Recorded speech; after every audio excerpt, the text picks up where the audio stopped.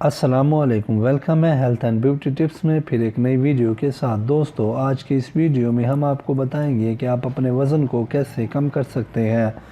Friends, बहुत सारे लोग आजकल बहुत मुश्किल में पड़े हुए हैं जो अपना बढ़ते वज़न को कम करना चाहते हैं, लेकिन उनका वज़न कम नहीं हो पा रहा। उनकी वजूहात कुछ ऐसी हैं कि वो अपने खानों पे ध्यान नहीं देते। वो खाना तो ऐसा खाते हैं जिससे वज़न बढ़ता है, कोलेस्ट्रॉल बढ़ता है और चर्बी बढ़ती है, लेकिन उनको कंट्रोल किए बगैर आपका वज़न कम नहीं हो सकता। फ्रेंड्स, अगर आपने वज़न कम करना है तो आप अपने खान पान पे तवज्जो देना शुरू कर दें।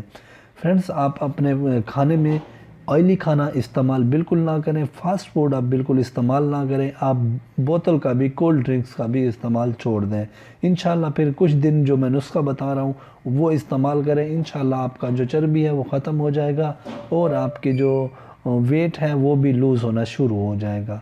फ्रेंड्स, नुस्खा बताने से पहले मेरी तमाम व्यूवर्स से गुजारिश है, हमारा channel health and beauty tips को सब्सक्राइब कर लें और साथ दिए गए बेल के आइकन को दबा दें ताकि हमारी आने वाली न्यू वीडियो आपको जल्दी मिल सके। तो फ्रेंड्स, चलते हैं अब अपने नुस्खे की जानिब। आप नुस्खा नोट फरमा लें। फ्रेंड्स, आपने एक कप गर्म पानी ले लेना है, बॉयल किया हुआ एक कप गर्म पानी। जैसे चाय गर्म होती है वैसे आपने गर्म पानी ले लेना है। उसके साथ आपने उसके अंदर 1 चम्मच ज़ीरे का डालना है, ज़ीरे का पाउडर आपने डालना है।